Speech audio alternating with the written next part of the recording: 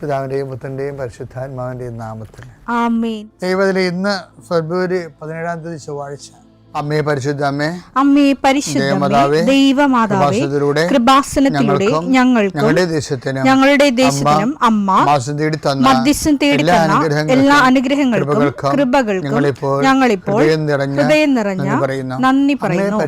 അമ്മേ പരിശുദ്ധമേ, ദൈവമാതാവേ, 2004 ഡിസംബർ 7 ഉച്ചകഴിഞ്ഞ് 2:30 കൃപാസനത്തിൽ സംഭവിച്ച അമ്മയുടെ പ്രത്യക്ഷപ്പെടലിനെ കുറിച്ച് തിരുസഭയ്ക്ക് സമർപ്പിച്ചിരിക്കുന്ന പഠനരേഖകളുടെ മേൽ സഭാത്മകമായ പഠനം ആരംഭിക്കുവാൻ ഞങ്ങൾ പ്രാർത്ഥിക്കുന്നു. അമ്മേ പരിശുദ്ധമേ, ഭൂസ്വർലോകങ്ങളുടെ രാജ്ഞിയായ അങ്ങേയ്ക്ക് ഭൗമസംരക്ഷണത്തിനായി പ്രപഞ്ചപ്രകൃതിയെ തന്നെ തിരുസഭ പ്രതിഷ്ഠിക്കുവാൻ ഈ പ്രത്യക്ഷീകരണം വഴി ഇടയാക്കണമേ. പരിശുദ്ധമേ, ജപമാല മാതാവേ, സകല കൃപാസനം പ്രാർത്ഥനയോടും ചേർത്ത് ഞങ്ങളിപ്പോൾ പ്രാർത്ഥിക്കുന്ന ഈ കുടുംബത്തിന്റെ പ്രത്യേക നിയോഗം മക്കളെ.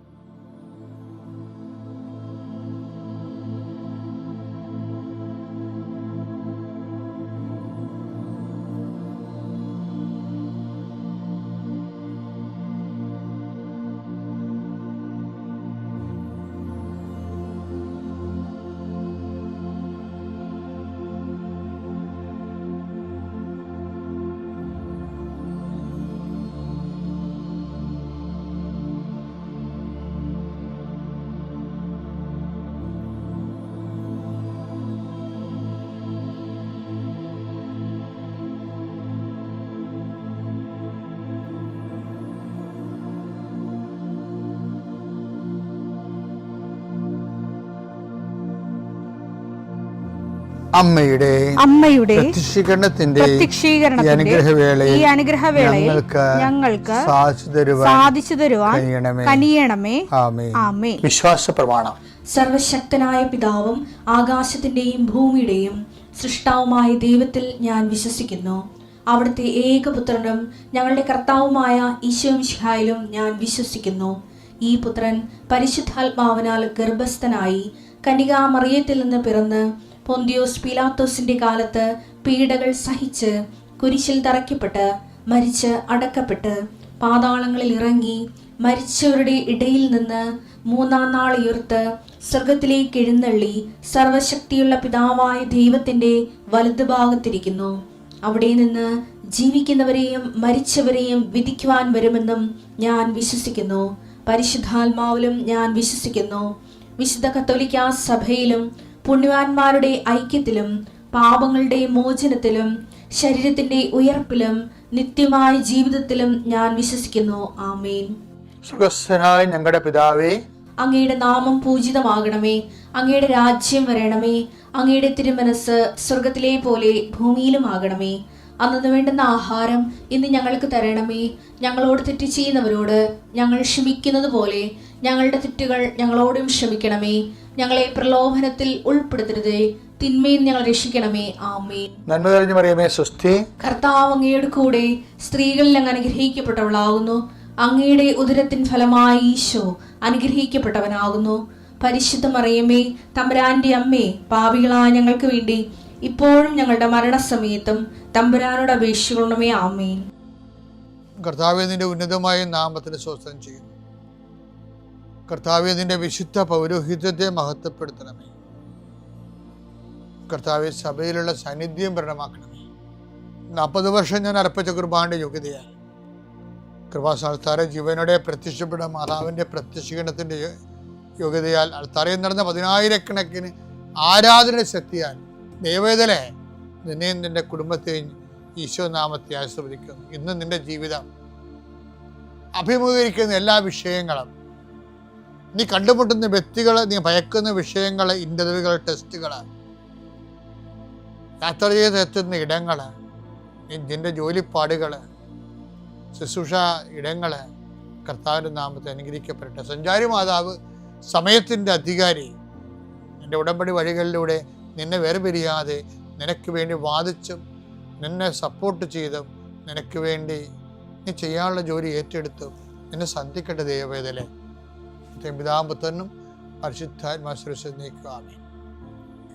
എൻ്റെ പ്രിയപ്പെട്ടവരെ, ഞാൻ ഇന്നലെ നിങ്ങളോട് പറഞ്ഞത് വീണ്ടും ആവർത്തിക്കുകയാണ്. നമ്മൾ വിശ്വാസ ജീവിതം എന്നും പറഞ്ഞ് ലീഡ് ചെയ്യുന്ന പല കാര്യങ്ങളും, അതിന് ഒന്നുകിൽ പ്രാർത്ഥനാ ജീവിതമായിരിക്കും, അത് അല്ലെങ്കിൽ അനുഷ്ഠാന ജീവിതമായിരിക്കും. അപ്പോൾ വിശ്വാസ ജീവിതം ഇതൊന്നുമല്ല, ലോകത്തിൻ്റെ മേലുള്ള ഒരു വ്യക്തിയുടെ ദൈവസ്വഭാവത്തേക്കുള്ള വളർച്ചയാണ്, ലോകത്തിൻ്റെ മേലുള്ള വിജയമാണ് നമ്മൾ ഇന്നലെ കണ്ടു. ഇതുപോലെ തന്നെ ഒരു പ്രധാനപ്പെട്ട വിഷയമാണ് നമ്മൾ ഈ 1000 കൊല്ലങ്ങളായിട്ട് സഭ എപ്പോഴും ഓരോരോ കാലത്ത് ദൈവത്തോട് അടുക്കുന്നതിന് ദൈവത്തിൻ്റെ മനുഷ്യരുടെ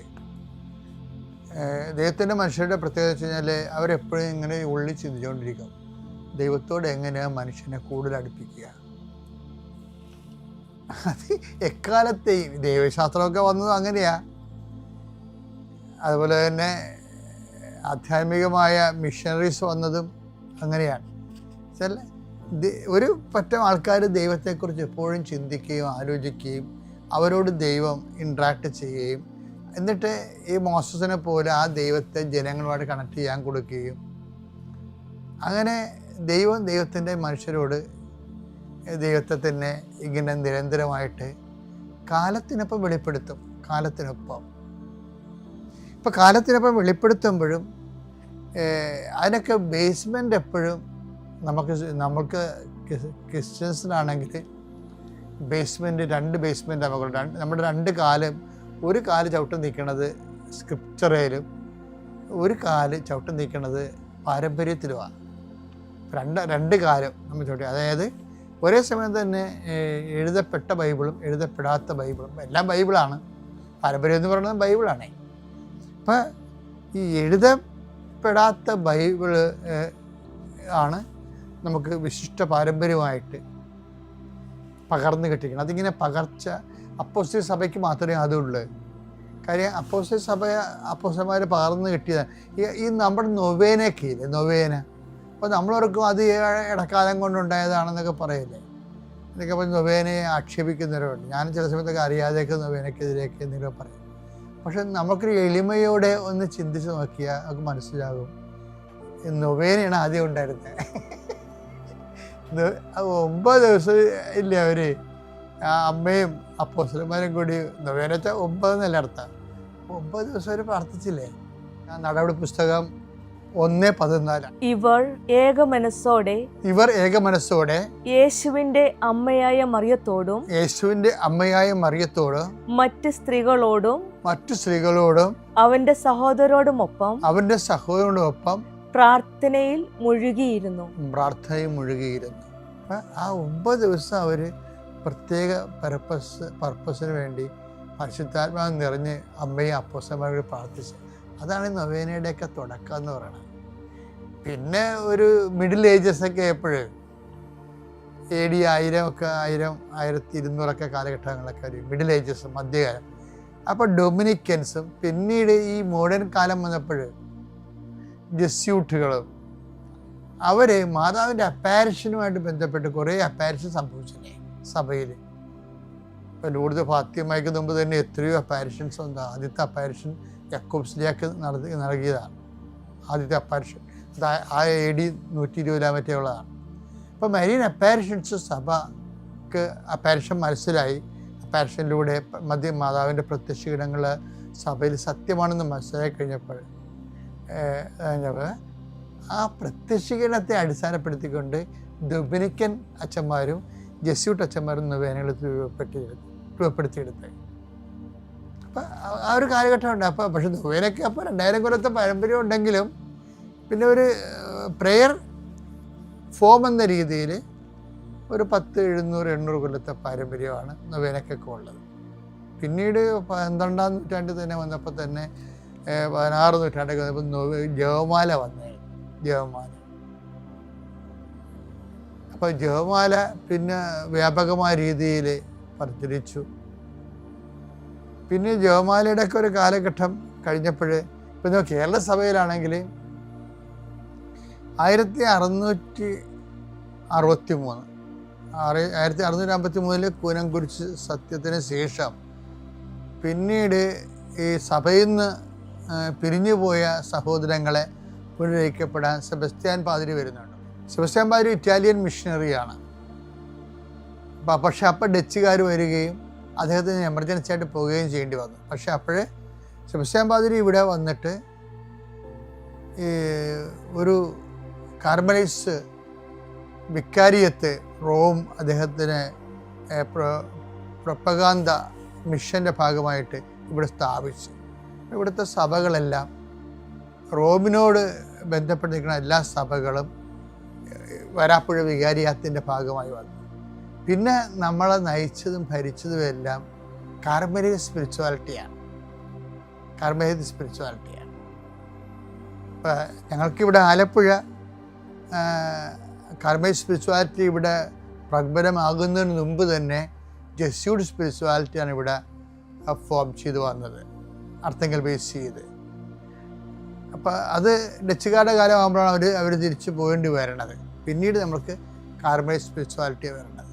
കാർമലൈറ്റ് സ്പിരിച്വാലിറ്റിയിലൂടെയാണ് നമുക്ക് സ്കാപ്പുലറും ബന്ധിഞ്ഞ ആ ജപമാല മാതൃഭക്തി ശരിക്കും കേരള സഭയുടെ അടിസ്ഥാന ഘടകമാകണം. അങ്ങനെയാണ് അത് സീറോ മലബാർ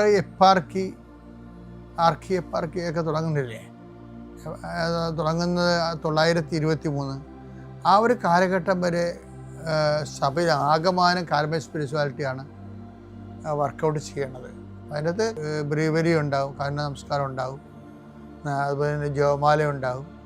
പിന്നെ ഇറ്റാലിയനിൽ രൂപപ്പെട്ട് വന്ന 40 മണി ആരാധന 1829 മുതൽ ചാവറച്ചൻ്റെ 1870-75 വരെയുള്ള കാലഘട്ടങ്ങളിലെല്ലാം 40 മണി ആരാധനക്ക് ഭയങ്കരമായ ഒരു അനുഭവങ്ങൾ കേരള സഭയിലുണ്ടായി. അപ്പോൾ ഈ 40 മണി ആരാധന, ജപമാല, നൊവേന, ഇങ്ങനെയുള്ള ഓരോ കാര്യങ്ങൾ ഞാൻ പറയണില്ലേ.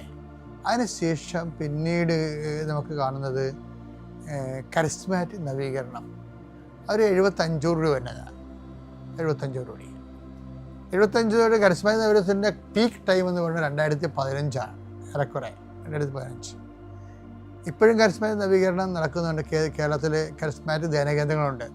കൃപാസനം കരിസ്മാറ്റിക് ധ്യാനകേന്ദ്രമല്ല, അത് മരിയൻ ഉടമ്പടി ധ്യാനകേന്ദ്രമാണ്. അത് 2016 ആദ്യം കരിസ്മാറ്റിക് ധ്യാനകേന്ദ്രം ആയിരുന്നെങ്കിലും 2016 അത് മരിയൻ അപ്പാരിഷനോടുകൂടി അത് മരിയൻ ഉടമ്പടി ധ്യാനകേന്ദ്രമായിട്ട് കൺവേർട്ട് ചെയ്യണം. അപ്പോൾ ഇപ്പോഴും കേരളത്തിൽ പ്രഖ്യാപിതമായ ധ്യാനകേന്ദ്രങ്ങൾ കരിസ്മാറ്റിക് ധ്യാനകേന്ദ്രമാണ്. ഇപ്പോൾ നമ്മൾ മൊത്തം നോക്കുമ്പോൾ ഉണ്ടാകുന്ന വിഷയം, വിശ്വാസ ജീവിതം കാലഘട്ടങ്ങളിലൂടെ പരിശോധിച്ച് കഴിഞ്ഞാൽ നമ്മൾക്ക് വരുന്നതും ഇതിനിടയ്ക്ക് ജോൺ പോൾ മാർപ്പാപ്പയുടെ കാലത്ത് കർണക്കൊന്ത, സിസ്റ്റർ ഫൗസ്റ്റീനയുടെ കർണക്കൊന്ത ഡെവലപ്പ് ചെയ്ത് വന്നു. അപ്പോൾ കർണക്കൊന്ത വരുമ്പോഴുന്ന വിഷയം അതും ഇതുപോലെ റിസൈറ്റിംഗ് ആണ്. ജപമാലയും റിസൈറ്റിംഗ് ആണ്, പ്രാർത്ഥിക്കണമാണ്. നമ്മൾ നാക്കുകൊണ്ട് പ്രാർത്ഥിക്കുന്നതാണ്. അതിൻ്റെ ഈ ഫെയ്ത്തിൻ്റെ മെക്കാനിസം നടക്കണതെല്ലാം പ്രാർത്ഥന എന്നിട്ടുള്ള ഒരു മെക്കാനിസത്തിലാണ് അത് വർക്കൗട്ട് ചെയ്യണത്. അപ്പോൾ വിശ്വാസത്തിൻ്റെ ഒരു ഘടകമാണത്, ഒരു ഘടകം.